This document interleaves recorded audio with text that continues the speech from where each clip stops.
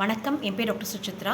இன்றைக்கி நான் உங்ககிட்ட விழிப்புணர்வு ஏற்படுத்துறதுக்காக ஒன்றத்தை பற்றி சொல்ல போகிறேன். நிறைய ஸ்கேம்ஸ் நடக்குது.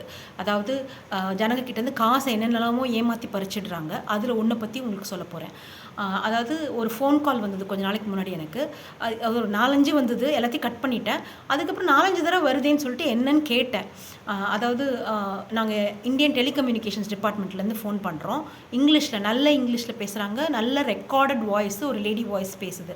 எப்போவும் எல்லா இடத்துலையும் கேட்குற மாதிரி தான் இருந்தது. அது ஒன்றும் வித்தியாசமாக இல்லை. ஆனால் என்ன சொல்லுச்சு, உங்களோட ஃபோன் அப்நார்மல் யூசேஜ், அதாவது தவறுதலாக உங்கள் ஃபோன் பயன்படுத்தப்பட்டிருக்கு.